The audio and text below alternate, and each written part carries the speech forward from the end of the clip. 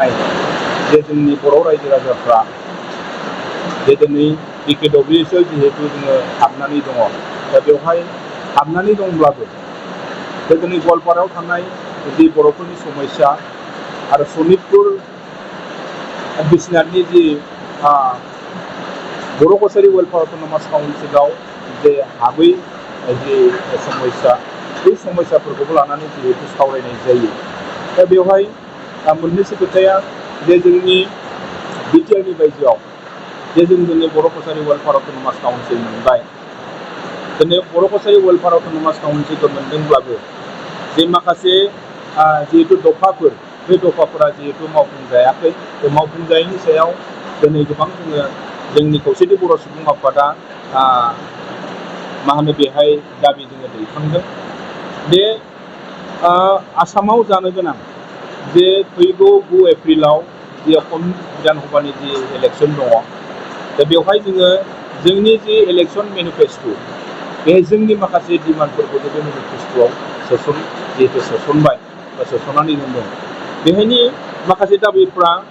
जेरै जोंनि थामथि जि बर' गोजोन गोरोबथा, बे गोजोन गोरोबथानि दफा बायदियै 5.5 दफायाव जोंनि बर' कछारी जि बर' कछारी अट'नमास काउन्सिल जे गामि माखासेफोरा जिहेतु थालांबाय, बेखौ सिनायथि होनानै जोंनि बर' कछारी जि काउन्सिल, बे काउन्सिलाव सोसननायनि बेखौ जोङो दाबि दैखांदों। आरो बेवहाय जि जोंनि 2006 सननि जोंनि भुमि अधिकार जि आयेन, बे आयेनखौ लानानै DGR आरो DGR थानाय बेनि जि समस्या, बे समस्याखौ सुफुंनायनि थाखायबो दिनै जोङो दाबि दैखांदों। दा बेवहाय गोबां जिहेतु बिटिआरआव फैफानाय दफाफोर दङ, बै दफाफोरनि जि मावनो गोनां जि खामानिफोर दङ, दा बै मावनो गोनां खामानिफोरखौ जे जोंनि NDA जिहेतु पार्टि, बे पार्टिया दिनै मावफुंनानै होनायनि थाखाय बिथांमोना जोंनो खोथा होदों, बिथांमोना जोंनो बुंदों। दा बै बुंनाय लेखायै जोंबो बिथांमोननि जि बुंनाय, जोंहा बेखौ जोङो गोजोननाय मोनदों। दा बेखौनो लानानै जे जोंनि खौसेथि बर' सुबुं आफादा जे फैगौ 9 एप्रिलाव जानो गोनां जि आसाम बिधानसभानि जि इलेक्सन, बे इलेक्सनाव जोङो NDAनि जि बिजाथिफोरखौ भट होनानै देरहाहोनायनि थाखाय थांखि लानाय जायो। बे थांखि बायदियै जोंबो दिनै धेमाजि जिल्ला खौसेथि बर' सुबुं आफाद आरो जोंनि बोखावजायै लखिमपुर जिल्ला XBLT वेलफेयार ससाइटि, दा जोङो जथायै जोङो दिनै रायजो राजा बिथांमोनखौ खावलायदों। दा जोंनि खावलायनायखौ जोंनि रायजो राजा बिथांमोना हयथ' जोंनि जि दाबिफोरखौ हयथ' जोङो मावफुंना होनायनि जि नोजोरजों बा मावफुंना होनांगौनि जि नोजोरजों जोङो सरकारखौ जिहेतु जोङो थांनाय बाराव दाबि खालामबोदोंमोन, बेवहाय माखासे मावफुंजाबाय, माखासे भिलेज नटिफिकेसनफोरा जाबाय, माखासेया थालांबाय। आरो दिनै जोंनि जि बर' फरायसालिफोरनि जेंना आरो जोंनि बर' जोंनि सोलोंथाइनि जि समस्याफोर, गोबां स्कुलफोराव दिनै थोजासे फरायसाफोर गैया आरो नांगौ बायदियै जोङो बिजाब मोनाखै। दा बेफोरखौबो जाहाथे सुफुंना होनायनि जिहेतु बिथांमोना जोंनो खोथा होदों, बे खोथा बायदियै जोङो दिनै NDAनि जि पार्टि, जिहेतु जों एलायन्सआव दङ, जों जिहेतु जयैनो दङ, दा NDAनि बिजाथि बिथांमोननो जों भट होनानै देरहाहोनायनि जे जोंबो धेमाजि जिल्ला खौसेथि बर' सुबुं आफाद आरो जोङो बोखावजायै लखिमपुर जिल्ला XBLT अनसाय आफादनि जानानै जोङो NDAनि बिजाथिफोरखौनो जों भट होनानै देरहाहोगोननि जोंबो थांखि लादों। आरो जोङो बुंनांगोन जे थांनाय 5 बोसोराव जे जोंनि BJP सरकारा दिनै गुबुन बुंनो हागौ अकल इउनियन होनो, जोंनो इउनियनखौनो नांगौ, नङा होमबा? जोंनो इउनियनखौनो नांगौ, इउनियननि जोंहा प्रयजन दङ। दिनै लामा सामा दालां सालांनि खोथा दङ। दिनै जोङो नुदों जे एसे सिगाङावसो जे गोबां खामानिफोर लामा सामानि जिहेतु खामानि, बेखौ दिनै जों बेखेवनायखौ नुदों। आसा खालामदों जों बेखौ बिसायख'थिनि उनाव जोङो मावफुंनानै होगोन। आरो जों दिनै बुंनांगोन जेराव 75 बोसोरनिख्रुइबो बांसिन बेहाय जों रायजो जाबोनाय जिहेतु बर'फोर, 75थ' नङा, बिनि बुहुत सिगांनिफ्राय रायजो जाबोनाय। नाथाय दिनै जोङो गोबां जायगाफोराव दिनै लामा सामानि जि समस्या, बै समस्याफोरखौ जोङो नुदों। बै समस्याफोरा दिनै सुफुंजायाखैमोन, दिनै सुफुंजानो थांबाय दङ। दिनै जोंनियाव मेडिकेल मोजां गंसेबो गैया दिनै बेखौबो दिनै जाफुंनायनि लामायाव थांगासिनो दङ दा बै जे इउनियनफोर बे जे डेभेलपमेन्टफोर बे डेभेलपमेन्टफोरखौ नायनानै जोङो दिनै एनडिएनि जि पार्टिफोरखौ एनडिएनि जि बिजाथिफोरखौ एनडिएनि जि केन्डिडेटफोरखौ जोङो भट होनानै देरहाहोनायनि जि थांखि लादों दा जों बुंनांगोन जोंनि जनाय जि बिधान सभायाव जे जोंनि सासे मा होनो जोङो इयुन जि बिजाथि दा भुबन पेगु गोनां बिथाङा जोंनि जनाय आसिनाव जनाय बिधान सभा समस्टिनि सासे बिजाथि जोङो दिनै बिथांनि जि मावनाय बे मावनायखौ जोङो मोजां नुदों बेनिखायनो जोङो आसा खालामदों जे फैबाय थानाय जि 9 अक्ट'आव जानो गोनां जि बिसायख'थि बे बिसायख'थि जाहाथे बिथांखौनो जों भट होनानै देरहाहोयो आरो जोङो खावलायखागोन बे समाव जुदि बिथांमोना जोंनि भटखौ लानानै देरहानायनि उनाव जोंनो जुदि खामानि मावनानै होआबा फैगौ 5 बोसोराव जोंबो बेखौ जोंबो ओरैनो नायनानै थानाय नङा दा बेनिखायनो जों खावलायगोन जोङो बे समाव खावलायदों बिथांखौ जाहाथे जोंनो 5 बोसोराव जोंनि जि दालां दैमा दैसा जि दालां लामा कमिउनिकेसन जि दङ बेखौ जाहाथे मावफुंनो हायो आरो बेवहाय जोंहा गोबां दफा माने डिमान्डफोर जों होदों जे आं एसे सिगाङावनो बुंनाय बायदि जे BKWसियाव थानाय जे थाबैनो अधिसूचना जारि खालामनानै नङा होमबा अधिसूचना जारि खालामनानै दक्षिण कामरुप आरो गवालपारा जिल्लायाव थानाय जि बर' गामिफोर बेखौ थाबैनो जोंनि BKWसियाव सोसननायनि खोथा बेखौ मोनसे डिमान्ड होदों आरो 3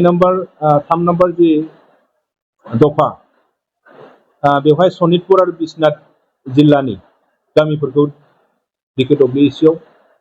जायफ्रा थालांबाय बिटिआरआव जायफ्रा हाबलाङासै बेखौ जोंनि BKWसियाव सोसननायनि थाखाय जोङो दाबि होदों दाबि दैखांदों आरो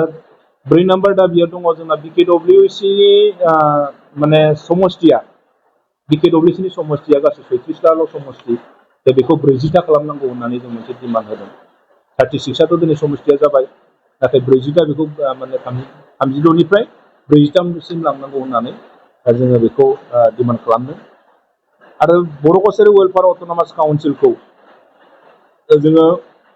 थाबैनो इलेक्सन फाथिनांगौ होननानै डिमान्ड होदों अधिसूचना जारि खालामखांनायनि उनाव बा गामिफोरखौ अन्तर्भुक्त खालामखांनायनि उनाव थाबैनो बेखौ इलेक्सन फाथिनानै होनांगौनि थाखाय जोङो डिमान्ड दैखांदों बिनि उनाव 6 नाम्बार जि माने डिमान्ड बे BKWसियाव थानाय जे BKWसि जि नामाकरन बा मुं बर' कसारि वेलफेयार अट'नमास काउन्सिल दा बेखौ BKSE माने बर' कसारि अट'नमास काउन्सिल खालामनानै होनांगौ होननानै बेखौ मोनसे डिमान्ड खालामदों माने वेलफेयार होननाय लोगो लोगो मोनसे डेभेलपमेन्ट काउन्सिल बायदि एसे मोननाय बायदि मोनो खिन्थु डेभेलपमेन्ट काउन्सिल नङा बियो फुरा मोनसे अट'नमास काउन्सिल दा बेनिखायनो बेखौ जोङो डब्लिउखौ दाननानै जे BKSE बर' कसारि अट'नमास काउन्सिल खालामनायनि थाखाय डिमान्ड होदों आरो 7 नाम्बाराव होदों SOPDनि जि माने रां बेखौ बारायनानै होनांगौ होननानै बे डिमान्ड होदों गासै बेहाय 19टा डिमान्डफोर दङ बे 19टा डिमान्डफोरखौ लानानै जोङो बेहाय गोबां माने मा होनो डिमान्ड होदों बिटिआर सुक्तिजों फैनाय जि 10.1 बे दफा बे जिहेतु माने पेकेज बेखौ जोंनो बर' कसारि वेलफेयार अट'नमास काउन्सिलनोबो होनांगौ होननानै जोङो बेहाय डिमान्ड दैखांदों दा बेयाव जोंना गोबां डिमान्डफोर दङ आरो मोनसे डिमान्डआ दङ जोंनिया जे BTCनि बाहेराव 50,000 सेंग्रा सिख्लाफोरनो 5 लाख रां खरै अनसुंथाइ होनो थाखाय बेहाय सरकारखौ मोनसे डिमान्ड खालामनानै होनाय जादों दा बेहाय जोंनि गोबां डिमान्डफोरखौ जिहेतु जोङो दिनै जायफ्रा सिगाङाव सरकाराव दंमोन बे सरकाराव थानाय दैदेनगिरि बिथांमोनजों सावरायनायनि गेजेरजों बिथांमोना जिहेतु खोथा होबाय जे मावफुंना होनायनि जि रादाय होदों आरो जाय माने मावफुंगोन आरो जायबायदि सरकारा फैयोब्ला खामानि मावनानै होगोन दा बै सरकारखौनो जोङो भट होनानै देरहाहोनांगौआबो जोंनि दायथ' होननानै जों सानो दा बेनिखायनो जोङो सिन्था खालामदों जे दिनै बुङोब्ला थांनाय 75 बोसोर दिनै कंग्रेसआ जिहेतु सरकार सालायबोबाय बै सरकार सालायबोनाय समाव दिनै जोंनि जि बर' रायजो राजाफोरनि जि लामा सामा आरो जि डेभेलपमेन्ट बे डेभेलपमेन्टफोरखौ जोङो दिनै नुवाखैमोन दिनै जोङो नुबाय जे बिजेपि सरकार फैनाय लोगो लोगो उइननानो उइनन नङा होमबा माने डेभेलपमेन्टआनो डेभेलपमेन्ट दिनै गोबां जोंनि सेंग्रा सिख्ला लाइमोनफोरनो आरो जोंनि रायजो राजा आइ आफाद बिथांमोननो दिनै गोबां स्किमनि गेजेरजों दिनै बिजेपि सरकारा दिनै होदों फ्रि माइरं जाहोबाय दालि होबाय नङा होमबा दिनै अरुनदय होबाय नङा होमबा दिनै मा होनो बै लाखपति बायदेव होबाय आरो मैया थाखाय जोङो डिमान्ड दैखांदों बिनि उनाव 6 नाम्बार जि माने डिमान्ड दा BKWCआव थानाय जे BKWC जि नामाकरन बा नाम मुं बर' कसारि वेलफेयार अट'नमास काउन्सिल दा बेखौ BKSC माने बर' कसारि अट'नमास काउन्सिल खालामनानै होनांगौ होननानै बेखौ मोनसे डिमान्ड खालामदों माने वेलफेयार होननाय लोगो लोगो मोनसे डेभेलपमेन्ट काउन्सिल बायदि एसे मोननाय बायदि मोनो खिन्थु डेभेलपमेन्ट काउन्सिल नङा बियो फुरा मोनसे अट'नमास काउन्सिल दा बेनिखायनो बेखौ जोङो डब्लिउखौ दाननानै जे BKSC बर' कसारि अट'नमास काउन्सिल खालामनायनि थाखाय डिमान्ड होदों आरो 7 नाम्बाराव होदों SOBDनि जि माने रां बेखौ बारायनानै होनांगौ होननानै बेहाय डिमान्ड होदों गासै बेहाय 19टा डिमान्डफोर दङ बे 19टा डिमान्डफोरखौ लानानै जोङो बेहाय गोबां माने मा होनो डिमान्ड होदों बिटिआर सुक्तिजों फैनाय जि 10.1 बे दफा बे जिहेतु माने पेकेज बेखौ जोंनो बर' कसारि वेलफेयार अट'नमास काउन्सिलनोबो होनांगौ होननानै जोङो बेहाय डिमान्ड दैखांदों दा बेयाव जोंना गोबां डिमान्डफोर दङ आरो मोनसे डिमान्डआ दङ जोंनिया जे BTCनि बाहेराव 50,000 सेंग्रा सिख्लाफोरनो 5 लाख रां खरै अनसुंथाइ होनो थाखाय बेहाय सरकारखौ मोनसे डिमान्ड खालामनानै होनाय जादों दा बेहाय जोंनि गोबां डिमान्डफोरखौ जिहेतु जोङो दिनै जायफ्रा सिगाङाव सरकाराव दंमोन बे सरकाराव थानाय दैदेनगिरि बिथांमोनजों सावरायनायनि गेजेरजों बिथांमोना जिहेतु खोथा होबाय जे मावफुंना होनायनि जि रादाय होदों आरो जाय माने मावफुंगोन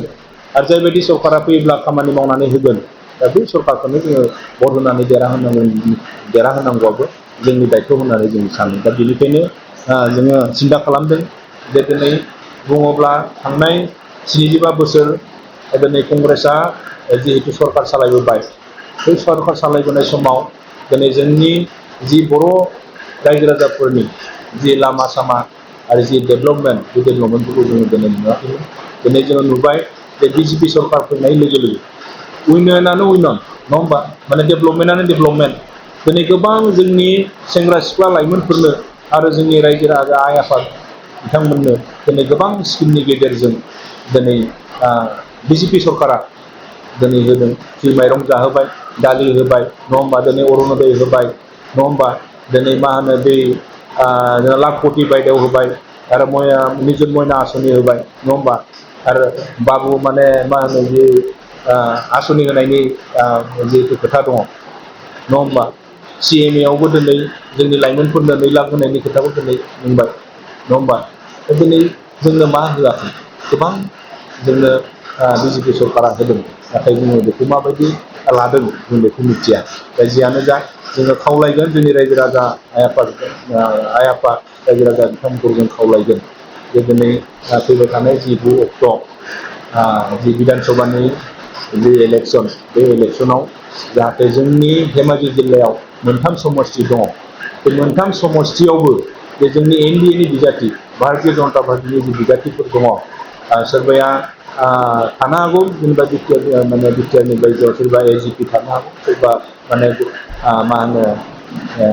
BJP थानो हागौ AGP थानो हागौ जोङो जोंनि जि NDAनि पार्टी NDAनि जि बिजाथिफोर बे बिजाथिफोरखौ जाहाथे जोङो भट होनानै देरहासार होयो बेखौ जोङो जोंनि रायजो राजाफोरखौ खावलायदों जोंबो नैबे धेमाजि जिल्लायाव जोंनि जि बिजाथिफोर बे बिजाथिफोरखौ जोङो जोंनि जि रायजो राजाफोरखौ आरो जोंनि मावथिफोरखौ जोङो देहा माने मा होनो बयखौबो लैहोर लैहोर फैनानै जाहाथे बिथांमोनखौनो भट होनानै देरहासार खालामो बेखौ जोङो बे समाव जोङो हावजाय लखिमपुर जिल्ला एसडिएलपि वेलफेयार ससाइटि आरो जोंनि धिमा जिल्ला खौसेथि बर' सुबुं आफादनि जानानै जिल्लानि जानानै जे जोंनि मोनथाम समस्थिनि बर' रायजो राजा बिथांमोनखौ जोङो जाहाथे जोंनि बिजाथिफोरनो भट होनानै देरहासार खालामो जों बेखौनो बे समाव गासै रायजो राजानिसिम आखाइ खबजोबनानै बे समाव खुलुमनाय जासिगोन।